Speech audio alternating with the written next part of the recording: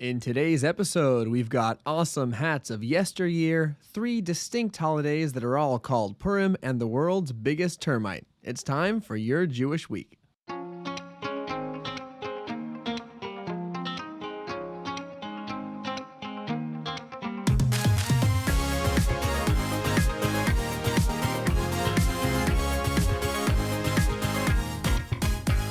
Hey everyone, welcome to Your Jewish Week, the podcast for everything Jewish in the week ahead. I'm Rabbi Dovey. As always, this podcast is produced by Chabad.org and dedicated to all our brothers and sisters in the Holy Land. May Hashem keep them safe from all harm, and may the hostages finally be freed to return to their families and loved ones. Today is Sunday, the 19th of Teves. If you're in the New York City area, the latest time to read the morning Shema this week is going to hover around 9:37 a.m. And candlelighting this Friday will be at 4:46 p.m. To find out halachic times for your location, hop on to Chabad.org/times, where you can quickly and easily search by city or zip code. As usual, let's kick off today with a brief overview of the study cycles for this week. This week's Torah portion is Va'era, the second portion in the book of Shemos. At the end of last Shabbat's reading, we left off with Moshe asking God why he has made the Jewish people's slavery even more severe, and God promising that Pharaoh will indeed let the Jewish people go. Well, in this week's Torah portion, the process of the Exodus is really going to start picking up steam. God tells Moshe the famous 4 expressions of redemption: I will take you out, I will rescue you, I will redeem you, and I will take you as my own. We're gonna briefly detour into a rundown of Moshe and Aaron's family lineage before rejoining the main narrative, with God promising Moshe that he will show, quote, great wonders in Egypt until Pharaoh and all his people are forced to recognize the dominance of the one true creator. Wednesday's portion is when it really starts to get interesting. Moshe and Aaron demand that Pharaoh let the Jews go. He once again refuses, and we're going to get the first 2 of the famous 10 plagues. The plague of blood, followed closely by the plague of frogs. In both cases, Pharaoh promises to let the Jews go once the plague is lifted, and in both cases, he brazenly ignores his promise the instant he's in the clear. We'll see this cycle continue over the following days with the plagues of lice, wild beasts, pestilence, boils, and hail. Time and again, Pharaoh treacherously breaks his promises, but this time he's up against an adversary that he cannot outmaneuver. In next week's Parsha, we'll see the final 3 plagues bring the suffering in Egypt to an end, and the Jewish people finally leave as proud, free men. Parshas Va'era contains 121 verses, 3 less than last week and 15 more than next week. Altogether, it's a pretty average-sized portion, not as short as some of the other portions we're going to see in the coming weeks, but not that long either.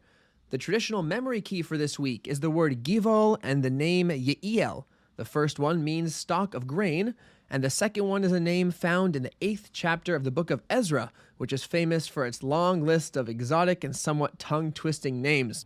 Check out the link in the show notes for more info into this week's keys. The Tanya readings for this week continue with the Alter Rebbe's deep dive into the Beinoni, a Jew who constantly faces a struggle between good and evil. Last week, we established that the Beinoni always obeys the call of his godly soul despite the urges of his animal soul. And in Sunday and Monday's reading, the Tanya will qualify that victory. Unlike a tzaddik, a totally righteous person, the Beinoni's animal soul is only subdued, not transformed. So there's always a possibility that the evil might reassert itself and emerge. That's why the Beinoni must always be on guard. Now, for a tzaddik, a short-lived victory like that would be an incomplete achievement. A Beinoni, however, is intended to constantly struggle and overcome the evil inside him. To a fish, perfection is swimming, not climbing a tree. In the same way, to a Beinoni, perfection is the battle, not the victory. Tuesday's reading will explain how attaining the level of Beinoni is within every Jew's ability, no matter what challenges he faces. And through Wednesday and Thursday, we'll explore the unique beauty of the Beinoni's constant struggle. On the same theme, the final Tanya portions for this week will break down how the Beinoni's general self-control has the same spiritual effect as the tzaddik's more complete self-mastery, despite being much more basic.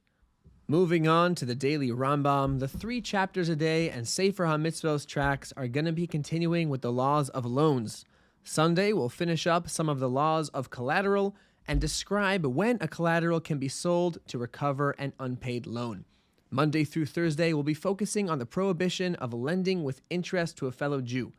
Anyone who lends, borrows, or even witnesses or records a loan with interest violates this prohibition. Along the way, we'll cover the laws of seizing property, expropriating property from the buyer to pay the debts of the seller, plus the laws of guarantors and writing documents. Friday and Shabbat, we'll get our feet wet with the laws of claims and claimants, which we're going to really dive into next week. We'll discuss 2 people who appear before the court with contradictory claims, and in which situations one or both of them would be required to take an oath. And in the 1 chapter a day track, we're going to be taking a closer look at the laws of Metame, Mishkav, Moshav, which we started last week. These are 4 types of impurity that have different rules associated with them and can be transmitted more readily than most. We'll discuss how to ascertain if this impurity is present, how to weigh the situation if we're not sure, and more. As always, if you'd like to learn more about anything you just heard, or if you're interested in joining one of the daily study cycles, check out the show notes for links and resources. All right, now that we've gone over the week, it's time to take it day by day. Before we get started, I just want to say that this week is a massive week for Jewish history. I tried fitting in as much as I could, but there are a lot of really incredible events to touch upon, and there are definitely a few that deserve more attention than I was able to give them. Having said that, let's jump in. Sunday, the 19th of Teves, marks the yahrzeit of Rabbi Aryeh Leib Heller, a great Talmudic scholar often known simply as the Kitsos, or Kitsos if you're really cool, after one of his most famous works, the Kitsos HaChoshen, which made him a household name in the world of Jewish scholarship. He is also very well known for his works Avnei Miluyim and Shav Shmaitza. He passed away in the year 1812. On a slightly more mundane note, the 19th of Teves marks another yahrzeit that I found fascinating. Judah Turow was a Jewish philanthropist from Rhode Island. He is notable for many reasons. First of all, in my opinion, he's the second most interesting thing to come out of Rhode Island. The first most interesting thing is the world's largest bug, a 58-foot-long sculpture of a termite located in Providence. He's also known for his very, very impressive stovepipe hat, which blew me away the minute I saw it. For real, check out the link in the show notes. It's a marvel of nature. But perhaps more meaningfully, Judah Turow was known for giving generously to charitable causes, both within the Jewish community and in the world at large. When he passed away on the 19th of Teves, 1854, he included in his will a donation for almost every synagogue in the United States at the time. Moving on to Monday, the 20th of Teves is the yahrzeit of Moshe ben Maimon, better known as the Rambam, in the year 1204. The Rambam was born in Spain in the early 12th century and later moved to Morocco, the Holy Land, and finally Egypt to escape persecution. To be honest, it's hard to sum up someone like the Rambam in anything less than a full book, or at least a very long article. There's a well-known saying that from Moshe Rabbeinu until Moshe ben Maimon, there was no one as great as Moshe. That should give you an idea of the sheer scale we're dealing with here. This is a man whose eternal impact on Judaism is on par with Moses himself. The Rambam wrote the first organized book of Jewish law, boiling down the discussions of the Talmud into a structured series called Mishnah Torah. He also wrote Sefer HaMitzvot, a detailed index of the 613 mitzvos of the Torah. Both Sefer HaMitzvot and Mishnah Torah are learned daily by thousands of Jews around the world and featured weekly right here on this podcast. The Rambam was also a highly regarded doctor who wrote books on medicine and a rabbinic figure who penned public letters in response to tragedies and controversies. He's also famous for his philosophical work Moreh Nevuchim, the Guide for the Perplexed, which addressed the rampant philosophical confusion within the Jewish community at that time. To find out more about the Rambam, and boy, there is so much more, check out the links in the show notes for this episode, and maybe consider joining one of the Rambam learning schedules in honor of the yahrzeit. This Monday is also the day that the very first volume of Talmud was printed in the year 1483. This was only a few decades after the printing press was invented, so as you can imagine, surviving copies of this edition are very rare. although I happen to know that several pages are held in the Chabad Central Library in Brooklyn, New York. Up next, Tuesday the 21st of Teves is the birthday of Shimon. That's Shimon without a last name, the original Shimon, one of the 12 sons of our forefather Yaakov and the ancestor of the tribe of Israel that bears his name. Also on Tuesday, we have the first of the many Purims for this week. Now, Purim, as you're probably familiar with, is the name of a specific holiday. It commemorates the Jewish people's salvation from genocide in the time of the Persian Empire. But the name Purim is also often applied to more localized holidays too. They're usually established by a certain Jewish community in honor of any communal salvation that kind of calls back to the original Purim miracle. For some reason, I have no idea why, this week has 3 distinct Purims from 3 different Jewish communities around the world. And the first of them is Purim Ancona on Tuesday. Here's the story behind that. In the year 1690, a devastating earthquake shook the city of Ancona, Italy, destroying many homes and buildings and taking many lives. But miraculously, only one house from the entire Jewish quarter was destroyed. In commemoration, the Jews of Ancona would observe this miniature Purim every year on the 21st of Teves.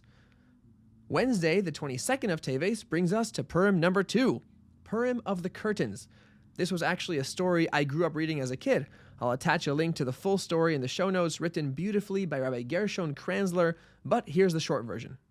In 1623, a set of extremely valuable brocade curtains was stolen from the palace of the governor of Bohemia.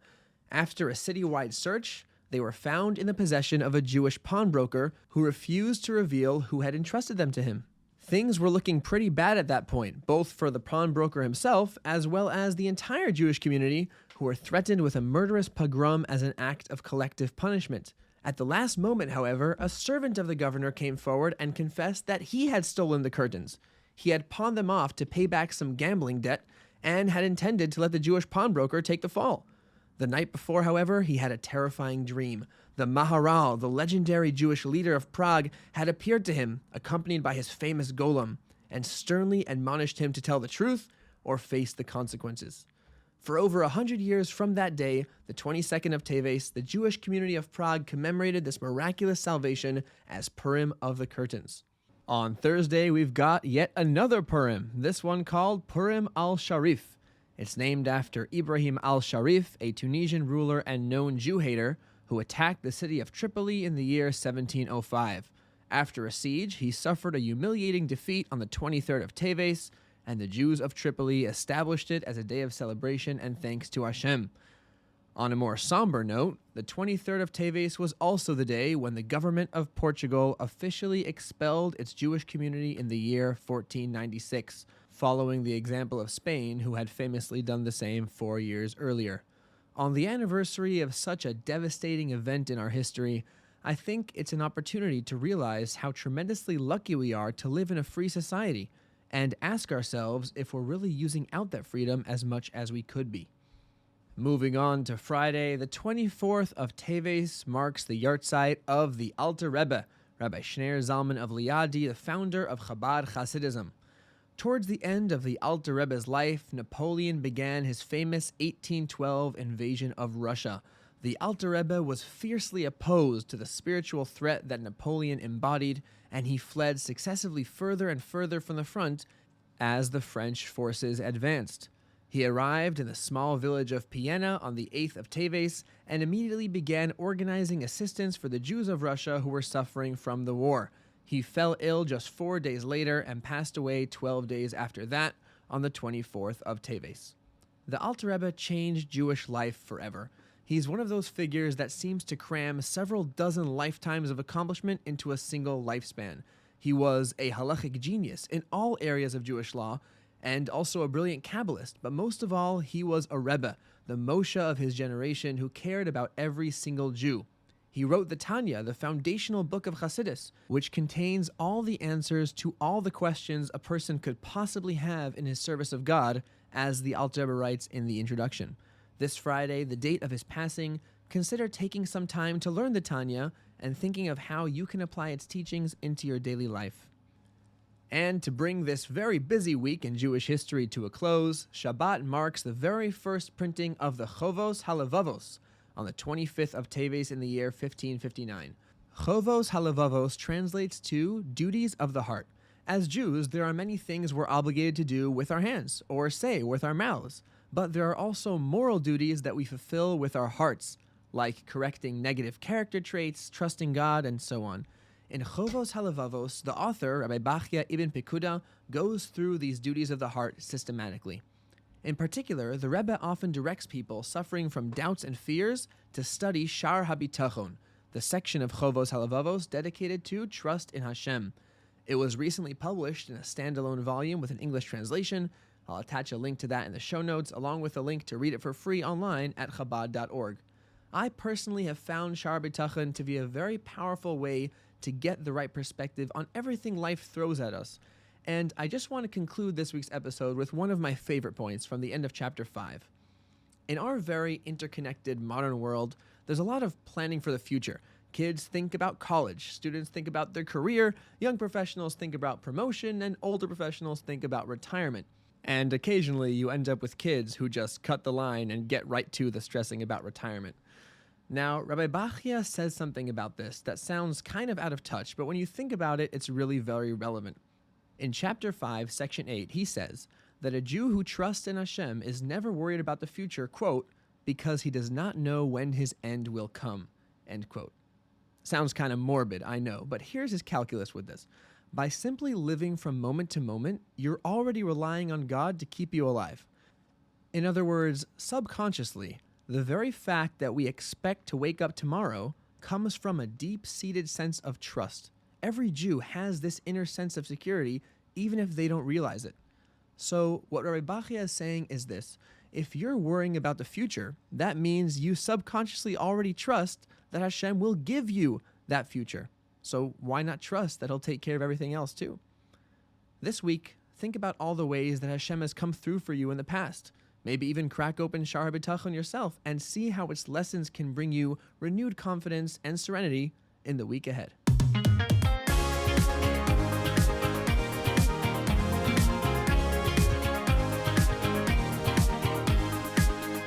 Your Jewish Week is produced by Chabad.org, written and recorded by me, Rabbi David Paltiel. Theme music by Levi Koshak.